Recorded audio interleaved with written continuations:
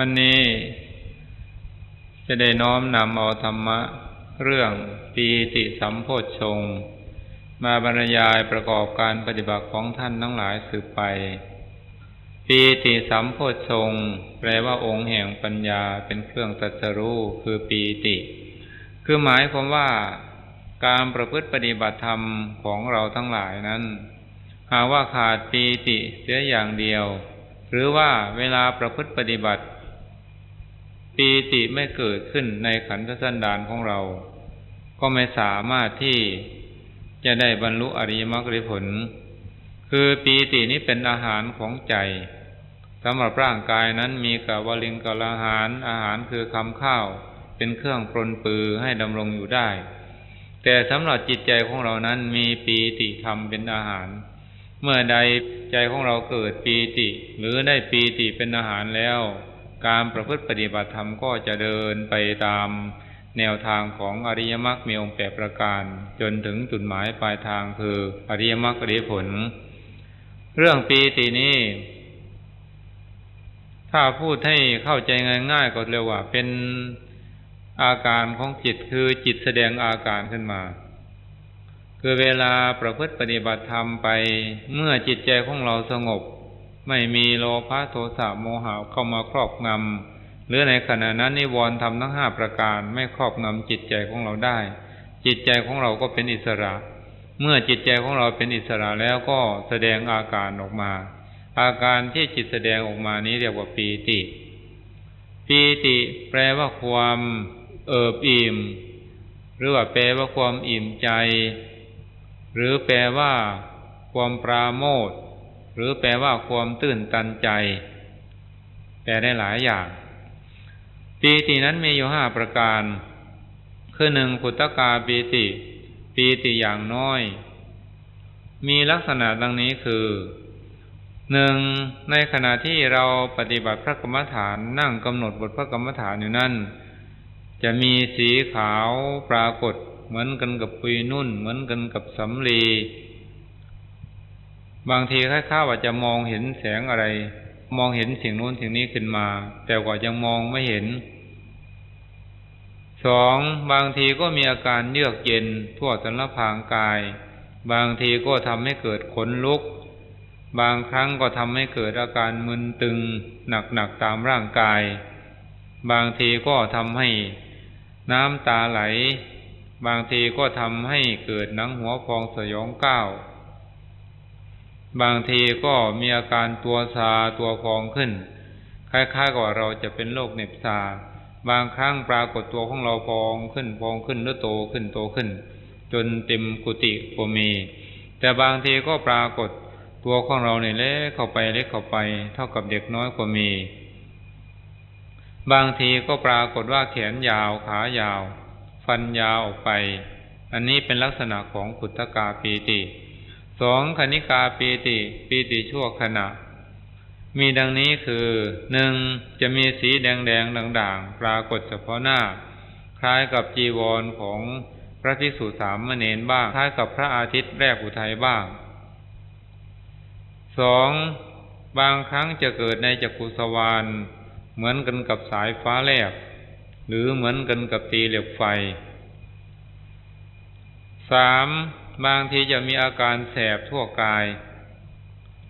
บางทีก็ทำให้กายแข็งคือร่างกายของเราแข็งคล้ายๆกับเป็นโรคภัยไข้เจ็บเกิดขึ้นมาเวลาจะก้มจะเงยนี้ไม่สะดวก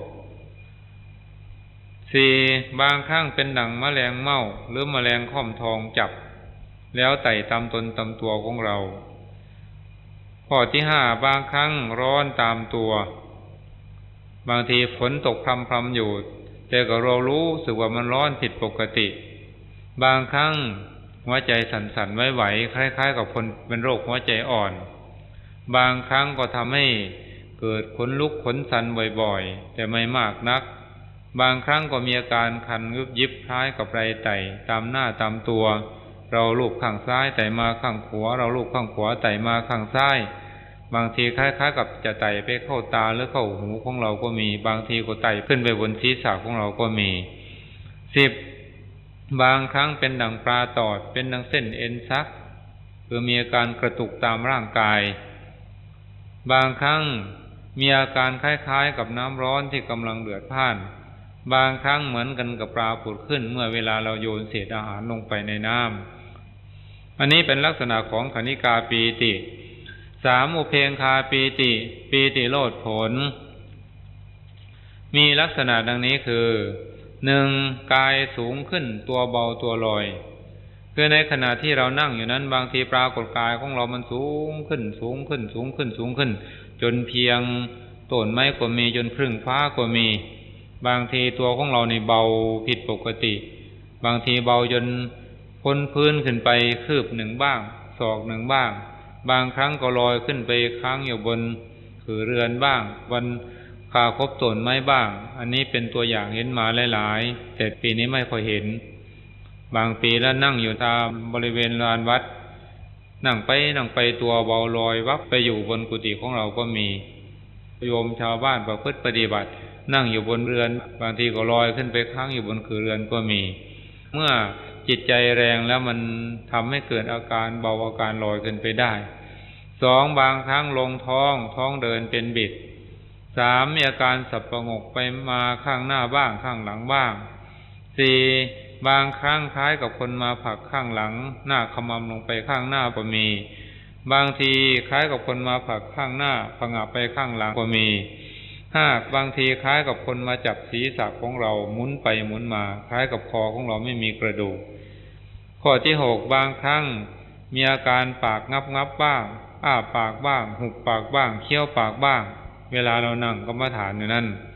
ข้อที่ 7บางทีก็มีอาการตัวไหวโยกโครงโอนไปเอ็นมาดูดลมพัดต้นไม้ข้อที่ 8บางครั้งกายหุบเขมรถลำไปคือเดินจงกรมไม่ตรงเวลาเดินไปมีอาการหุบเขมรถลำไปเทถลาไปก็มีข้อที่ 9บางทีกายกระโดดขึ้นปิวไปเหมือนจะเหาะได้ก็มีข้อที่ 10กายกระดุกกระดิกยกแขนยกเท้าข้อที่ 11บางทีกายเงื้อมไปข้างหน้าบ้างข้างหลังบ้างข้างซ้ายบ้างข้างขวาบ้าง12บางครั้งปรากฏเห็นสีคล้ายๆกับเป็นสีไข่มุกสีขี้ลมสีนุ่น13บางทีปรากฏว่าตัวของเราในเหาะหรือไหลไปค้างอยู่ตามยอดเจดีย์บ้างตามโบสถ์ตามวิหารตามยอดไม้บ้าง14บางทีมือของเราวางอยู่ในท่าหงายคล้ายกับมีคนมาจับให้คว่ำลงไปหรือบางทีมือของเราวางอยู่ในท่าคว่ำคล้ายๆกับมีคนมาจับให้หงายขึ้นบางทีเรานั่งหันหน้าไปทางทิศตะวันออกคล้ายกับนั่งหันหน้าไปทางทิศตะวันตกบางทีเรานั่งหันหน้าไปทางทิศใต้คล้ายกับนั่งหันหน้าไปทางทิศเหนือเป็นต้น15เวลาเรานั่งอยู่ตรงๆจะรู้สึกว่ามีอาการโอนไปเอ็นมาคล้ายกับว่าเรานั่งไม่ตรงแต่เราลืมตาดูตัวของเราก็ยังนั่งตรงๆอยู่ตามเดิมคือเวลานั่งอยู่มันคล้ายๆว่าตัวของเรามันโอนไปเอ็นมาเหมือนกันกับต้นอ้อที่รู้ไปตามลมฉะนั้น5ภารณาปีติซาบซ่านมีลักษณะดังนี้ 1. มีอาการแผ่ซ่านเยือกเย็นไปทั่วสันหพางกายข้อที่ 2มีอาการสงบเป็นพักๆคล้ายๆกับเข้าสมาธิไปเป็นพักๆข้อที่ 3บางทีมีอาการคันยุบตามตัวข้อที่ 4มีอาการซึมไม่อยากลืมตานั่งซึมอยู่เวลาเดินก็เดินซึมอยู่ตลอดเวลาไม่อยากพูดจาปราศัยกับใครๆข้อที่ 5ไม่อยากเคลื่อนไหวร่างกายอยากนั่งอยู่อย่างนั้นตลอดทั้งวันตลอดทั้งคืนไม่อยากกระดุกกระดิกไม่อยากเคลื่อนไหวร่างกายไม่อยากมองซ้ายแลขวาข้อที่ 6บางครั้งมีอาการสู้ซ่าจากปลายเท้าถึงศีรษะบางครั้งมีอาการสู้ซ่าจากศีรษะถึงปลายเท้าบางท่านผู้มีจิตใจอ่อนคิดว่ามีพูดผีปีศาจมาสิงก็มีมาเข้าทรงก็มีข้อที่ 7บางครั้งกายเย็นดุจอาบน้ำหรือดุจถูกน้ำแข็งหรือดุจอยู่ในห้องเย็น8มีอาการยิบแยบเหมือนกับไรไต่หน้าข้อที่ 9บางทีปรากฏเห็นมีสีต่างๆเช่นสีครามสีเขียวใบตองอ่อนสีแก้วมรกต10ทำให้เพลิดเพลินไม่อยากกระดุกกระดิก 11แม้เปลือกตาที่ปิดอยู่ก็ไม่จะเปิดขึ้นเลยอันนี้เป็นปีติสัมโพชฌงค์ซึ่งจะเกิดขึ้นแก่ท่านนักปฏิบัติธรรมในเวลาปฏิบัติแต่ปีติทั้ง5ประการดังกล่าวมาแล้วนี้บางท่านก็เกิดครบหมดทุกอย่างบางท่านก็เกิดเพียง2-3อย่างเท่านั้นแต่จะเกิดเพียงอย่างใดอย่างหนึ่งก็ใช้ได้หากว่าปีติดังกล่าวมาแล้วอย่างใดอย่างหนึ่งเกิดขึ้นก็แสดงว่ามีปีติเกิดขึ้นในจิตในใจแล้วหรือว่าใจของเรามีปีติเป็นอาหารแล้วเมื่อมีปีติเป็นอาหารแล้วเป็นเสบียงแล้วก็สามารถที่จะประพฤติปฏิบัติพระกรรมฐานให้บรรลุถึงจุดหมายปลายทางได้ปีตินี้มีความอิ่มใจมีความชื่นชมยินดีเป็นลักษณะมีความอิ่มกายอิ่มใจซาบซ่านไปทั่วกายเป็นจิตมีการฟูกายฟูใจเป็นผลปรากฏมีนามขันธ์ทั้ง3คือเวทนาสัญญาวิญญาณเป็นเหตุใกล้ชิดปีตินี้หากว่ายังไม่เกิดก็จำเป็นที่ท่านนักปฏิบัติธรรมจะต้องทำให้เกิดคือหมายความว่าถ้าไม่เกิดปีติการปฏิบัติก็ไม่ได้ผลเหตุนั้นหากว่าปีตินี้ยังไม่เกิดเราก็ต้องทำให้เกิดถ้าเกิดแล้วเราก็จำเป็นที่จะต้องรักษาไว้ให้คงอยู่ให้ดำรงอยู่เพื่อว่าจะเป็นแรงสนับสนุนให้การประพฤติปฏิบัติของเรานี้ได้ผลเร็วปีตินี้อุปมาอย่างหนึ่งก็อุปมาเหมือนกันกับเสบียงเดินทางตามธรรมดาคนที่จะเดินทางนั้นต้องมีเสบียงเช่นว่ามีสตุ้มสตางค์สำหรับซื้อเอาปลาอาหารบ้างหรือบางทีก็ต้องมีจิบข้าวมีห่อข้าวไรชาวภาคอีสานของเราต้องติดตัวไปด้วยจึงจะเดินทางได้หรือว่าเราจะไปต่างประเทศอย่างนี้ก็ต้องมีเสบียงมีสตุ้มสตางค์สำหรับเดินทางสำหรับค่าพาหนะจึงจะเดินทางได้ข้อนี้ชั้นใดผู้ที่จะเดินทางไปสู่อมตะมหานฤพานก็ต้องมีปีติเป็นอาหารมีปีติเป็นเสบียงเหมือนกันจึงจะเดินทางไปได้ถ้าว่าขาดปีติเสียอย่างเดียวเท่านั้นก็ไม่สามารถที่จะเดินทางสู่อมตะมหานิพพานได้ปีติจะเกิดได้นั้นด้วยอุบาย12ประการข้อที่1ทำด้วยอุบายวิธีคือเอาใจใส่ถึงที่เกิดที่ดับของรูปของนามตลอดถึงพระไตรลักษณ์มรรคผลพระนิพพานคือหมายความว่าเวลาเรากำหนดอาการพองอาการยุบนี่ก็เอาสติปักลงไปตั้งแต่ต้นพองกลางพองสุดพองต้นยุบกลางยุบสุดยุบเวลาเดินจงกรมก็เหมือนกันเอาสติปักลงไปตั้งแต่เริ่มยกตลอดถึงเหยียบลงนอกจากนี้เอาสติไปพิจารณาถึงพระไตรลักษณ์คืออนิจจังทุกขังอนัตตาตลอดถึงมาพิจารณาถึงอานิสงส์ของการบรรลุอริยมรรคอริยผลพิจารณาถึงอานิสงส์ของพระนิพพานเมื่อเรามีสติสัมปชัญญะทันปัจจุบันรูปนามเห็นพระไตรลักษณ์คืออนิจจังทุกขังอนัตตาเรานึกถึงอานิสงส์ของการบรรลุมรรคผลพระนิพพานแล้วก็จะเป็นเหตุเป็นปัจจัยให้เกิดปีติขึ้นมาข้อที่2ทำความเพียรให้มากๆคือหมายความว่าพยายามเจริญพระกรรมฐานบ่อยๆอย่าได้ขาดอย่าได้หยุดพยายามทำสติสัมปชัญญะให้ทันปัจจุบันจนเห็นรูปเห็นนามเห็นพระไตรลักษณ์ข้อที่3พยายามระลึกถึงคุณของพระพุทธเจ้าเนืองๆว่าพระพุทธเจ้าพระองค์ท่านเป็นผู้มีพระคุณอันเหลือล้นพ้นประมาณเหลือที่จะนับจะประมาณไม่ได้หรือเราจะนึกว่าพระพุทธองค์นั้นพระองค์ท่านเป็นผู้ประกอบไปด้วยพระปัญญาปีชาฉลาดสามารถตรัสรู้พระอนุตตรสัมมาสัมโพธิญาณด้วยพระองค์เองสามารถรู้แจ้งแทงตลอดซึ่งอริยสัจธรรมด้วยพระองค์เองไม่มีใครเป็นครูเป็นอาจารย์เป็นสัจจ์ภูผู้รู้เองในทางตรัสรู้พระองค์ท่านเป็นผู้มีพระบวรขันธสันดานบริสุทธิ์สะอาดหมดจดผ่องใสจากสังกิเลสธรรมทั้งหลายทั้งปวงสมเด็จพระสัมมาสัมพุทธเจ้าพระองค์ท่านเป็นผู้เปี่ยมไปด้วยพระมหากรุณาธิคุณทรงเอ็นดูปราณีสัตว์ทั้งหลายซึ่งเร่าร้อนอยู่ในเพลิงกิเลสและกองทุกข์จึงได้นำเอาธรรมะที่พระองค์ทรงตรัสรู้แล้วมาแนะนำพร่ำสอนเวนยสัตว์ทั้งหลายให้รู้ตามเห็นตามได้เมื่อเราระลึกถึงคุณของพระพุทธเจ้าดังกล่าวมาแล้วนี้ก็จะเป็นเหตุเป็นปัจจัยให้เกิดปีติได้ข้อที่4พยายามระลึกถึงคุณของพระธรรมเนืองๆคือหมายความว่าให้เราระลึกถึงคุณของพระธรรมว่าพระธรรมนี้เป็นสภาวธรรมที่ดีสามารถทรงผู้ปฏิบัติไว้หรือว่ารักษาผู้ปฏิบัติไว้ไม่ให้ตกไปในที่ชั่วเช่นว่าในภพนี้ชาตินี้ผู้ประพฤติปฏิบัติธรรม ย่อมจะไม่มีโทษมีเวรมีภัยอยู่ที่ไหนก็มีความปลื้มปีติมีความสุขใจอยู่ตลอดเวลาเพราะพระธรรมรักษาไว้ไม่ให้ตกไปในที่ชั่วไม่ต้องถูกปรับไม้ใส่โทษจองจำพันธนาคารติดคุกติดตารางหรือถูกประหารชีวิตตายแล้วพระธรรมยังรักษาเราไว้ไม่ให้ไปตกอบายภูมิคือนรกเปรตอสุรกายสัตว์เดรัจฉานพระธรรมจะรักษาเราไว้และพยายามเป็นแรงกระตุ้นให้เราได้บรรลุมนุษย์สมบัติสวรรค์สมบัติพรหมสมบัตินิพพานสมบัติเมื่อเราระลึกถึงคุณของพระธรรมอยู่อย่างนี้เนืองๆก็จะเป็นเหตุเป็นปัจจัยให้เกิดปีติได้ข้อที่5พยายามระลึกถึงคุณของพระสงฆ์เนืองๆการระลึกถึงคุณของพระสงฆ์นั้นเราจะระลึกตามที่เราสวดกันทุกวันนี้ตามบทสังฆคุณ9ก็ได้หรือเราจะระลึกโดยย่อก็ได้ว่าพระสงฆ์นี้ท่านเป็นผู้มีคุณูปการคุณมากพระศาสนาเจริญรุ่งเรืองถาวรมาจนถึงบัดนี้ก็อาศัยพระสงฆ์ได้จันลงพระพุทธศาสนาด้วยการศึกษาเล่าเรียนแล้วก็ช่วยกันเผยแผ่ธรรมะอันเป็นคำสั่งสอนขององค์สมเด็จพระสัมมาสัมพุทธเจ้าพระศาสนาจึงเจริญมาถึงบัดนี้แม้ว่าพระศาสนาจะล่วงเลยมาถึง 2,500 กว่าปีแต่ธรรมะอันเป็นคำสั่งสอนของสมเด็จพระสัมมาสัมพุทธเจ้าก็ยังสมบูรณ์อยู่ทุกประการอันนี้ก็เพราะคุณของพระสงฆ์แท้ๆเมื่อเราระลึกอยู่อย่างนี้เนืองๆก็จะเป็นเหตุเป็นปัจจัยให้เกิดปีติได้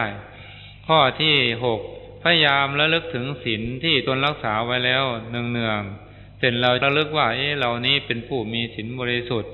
แม้แต่ว่าเราได้ผิดพลาดไปบ้างเป็นบางครั้งบางคราวก็เราก็ได้ปรงอาบัติหรือได้ประพฤติพุทธานาวิธี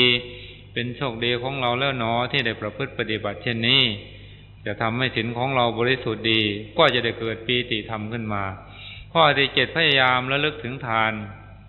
ที่ตนได้บริจาคแล้วเนืองๆว่าเรานี้เกิดมาเป็นผู้มีโชคดีแล้วที่ได้บริจาคทานเพราะการทำบุญทำทานนี้ย่อมเป็นเหตุเป็นปัจจัยสมานมิตรไมตรีระหว่างกันไว้ได้อยู่ในโลกนี้ก็ไม่ว้าเหวมีมิตรมีสหายมีปกป้องมากมีผู้รักใคร่มีผู้นับถือมีผู้เอ็นดูไปที่ไหนก็มีผู้คบหาสมาคมยกย่องสรรเสริญเกียรติคุณอันดีงามก็ย่อมฟุ้งขจรไปหรือว่าเราตายแล้วไปเกิดในภพใหม่ชาติใหม่เราจะเป็นคนร่ำรวยมั่งมีสีสุขเปียกปูนสมบูรณ์ไปด้วยทรัพย์สมบัตินานาประการอะไรทำนองนี้เมื่อเรานึกถึงทานที่เราได้บริจาคแล้วเนืองๆก็จะเป็นเหตุเป็นปัจจัยให้เกิดปีติได้ข้อที่8พยายามระลึกถึงธรรมที่ทำบุคคลให้เป็นเทวดาเนืองๆเช่นว่าระลึกถึงธรรมที่ทำให้คนเป็นเทวดาก็คือ1มีศรัทธา2มีศีล3สุตตะคือการสดับรับฟังมาก4จาคะคือการเสียสละให้ปันสิ่งของตนแก่บุคคลที่ควรให้ปันข้อที่5ปัญญาคือความรอบรู้ในกองทั้งขานทั้งที่เป็นโลกิยะและโลกุตระเมื่อเราพิจารณาอย่างนี้เราก็จะได้รู้ทันทีว่าเรานี้ก็มีศรัทธาเหมือนกันมีศีลเหมือนกันมีสุตตะเหมือนกันมีจาคะเหมือนกันมีปัญญาเหมือนกันเมื่อเรามีศรัทธามีศีลมีสุตตะมีจาคะมีปัญญาอยู่ในโลกนี้ก็เท่ากับว่าเราได้เป็นเทวดาแล้วหากว่าการประพฤติปฏิบัติธรรมะของเราไม่ได้ฌานไม่ได้สมาบัติไม่ได้บรรลุอริยมรรคผลเราก็ต้องไปเกิดในเทวโลกในฉักกามาวจรสวรรค์เป็นเทวดาเพราะว่าเรามีคุณธรรมที่ทำให้เป็นเทวดาเมื่อเราระลึกอยู่อย่างนี้เนืองๆก็จะเป็นเหตุเป็นปัจจัยให้เกิดปีติได้ข้อที่9พยายามระลึกถึงคุณของพระนิพพานอันเป็นที่ดับกิเลสและกองทุกข์เนืองๆคือระลึกถึงคุณของพระนิพพานเช่นว่าเราจะนึกว่าพระนิพพานนี่ท่านกล่าวว่าเป็นเอกันตวรมสุขถ้าถึงนิพพานแล้วก็พ้นจากชาติทุกข์ชราทุกข์พยาธิทุกข์มรณะทุกข์ไม่เวียนว่ายตายเกิดอยู่ในมหานรกภพสงสารอีกต่อไปเป็นอมตะสุขเป็นสุขตลอดกาลเป็นสุขที่ไม่ตายเมื่อเรานึกถึงคุณของพระนิพพานอย่างนี้ก็จะเป็นเหตุเป็นปัจจัยให้เกิดปีติขึ้นมาได้10เว้นบุคคลที่ไม่เลื่อมใสในคุณพระรัตนตรัยข้อที่11คบหาสมาคมกับบุคคลที่มีความเลื่อมใสในพระรัตนตรัย12พิจารณาพระสูตรอันเป็นเหตุเป็นปัจจัยให้เกิดความเลื่อมใสเช่นพระสูตรใดที่เราได้ฟังได้ศึกษามาได้ศึกษาเราเรียนมาเราก็นึกถึงพระสูตรนั้นๆเช่นสมมติว่าเรานึกถึงเรื่องสังกิจจสามเณรอย่างนี้ว่าสังกิจจสามเณร เขาได้สำเร็จเป็นพระอรหันต์ตั้งแต่โน้นตั้งแต่ยังเป็นเด็กเป็นเล็กอยู่หรือบัณฑิตสามเณรอายุ7 ปีตอนนั้นเขาได้บรรลุเป็นพระอรหันต์ก็เพราะเขาได้สั่งสมอบรมบุญกุศลไว้มากเราระลึกถึงพระสูตรใดพระสูตรหนึ่งเมื่อระลึกไปก็จะเป็นเหตุเป็นปัจจัยให้เกิดปีติได้หรือมิฉะนั้นเราไม่สามารถที่จะระลึกได้ดังกล่าวมาแล้วนี้เราจะหวนมาระลึกในระหว่างตัวเรากับครูบาอาจารย์ก็ได้เสร็จเราจะเลิกถึงคุณของครูบาอาจารย์ว่าครูบาอาจารย์นี่ท่านเป็นผู้มีเมตตาธรรมมีมุ่งความสุขความเจริญแก่ลูกศิษย์ลูกหาจริงๆมุ่งประโยชน์สุขแก่ลูกศิษย์ลูกหาจริงๆถ้าเราเห็นคุณงามความดีของครูบาอาจารย์อย่างใดอย่างหนึ่งแล้วก็น้อมมานึกถึงก็จะเป็นเหตุเป็นปัจจัยให้เกิดปีติได้หรือมิฉะนั้นก็นึกถึงคุณของบิดามารดา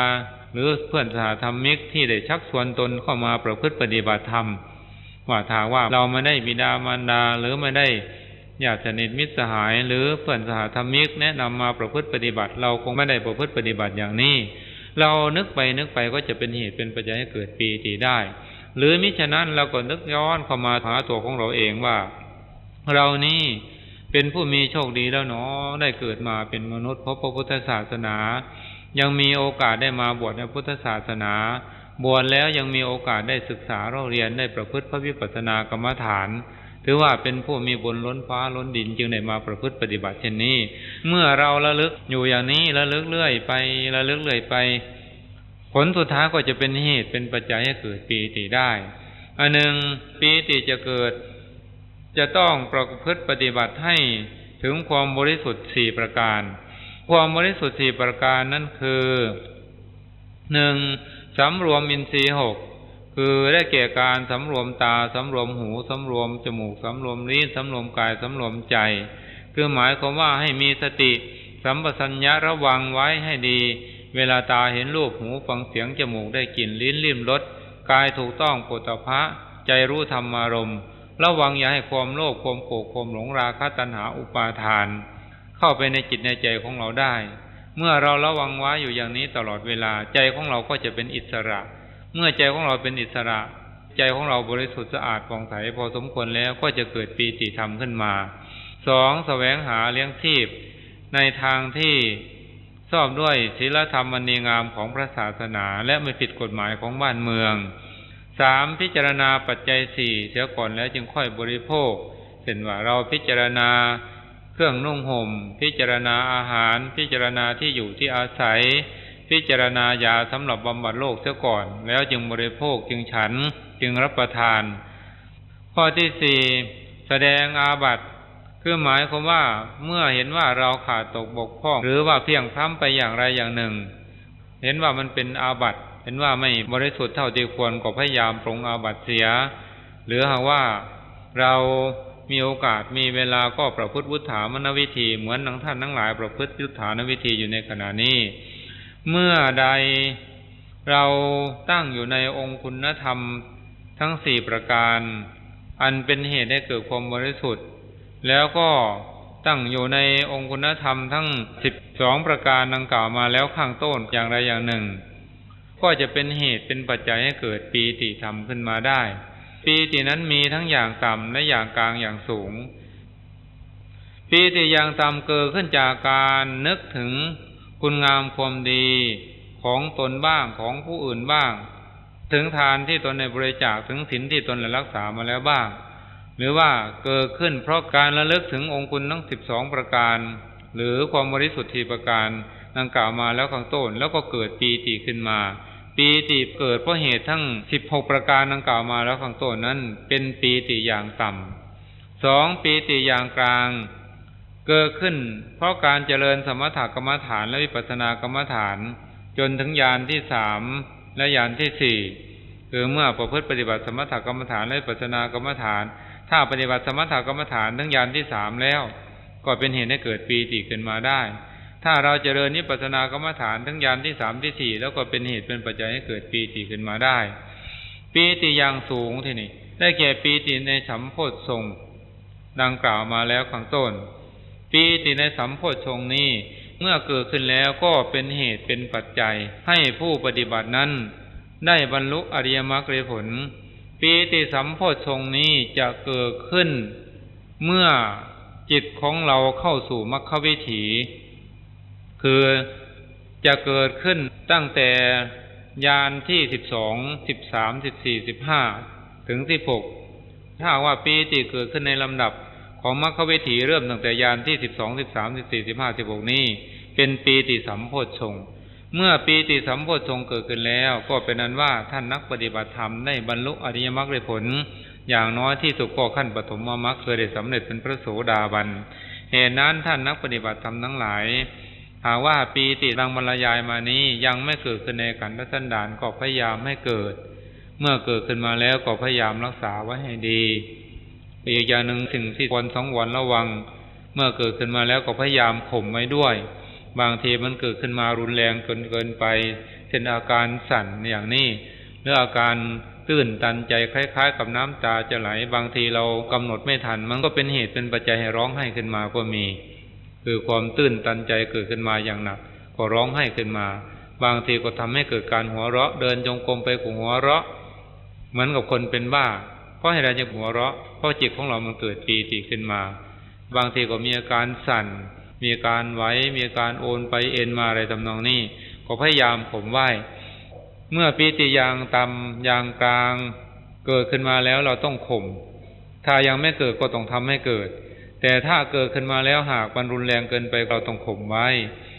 ถ้าเราไม่ข่มก็ไม่สามารถที่จะลุถึงปีติอย่างสูง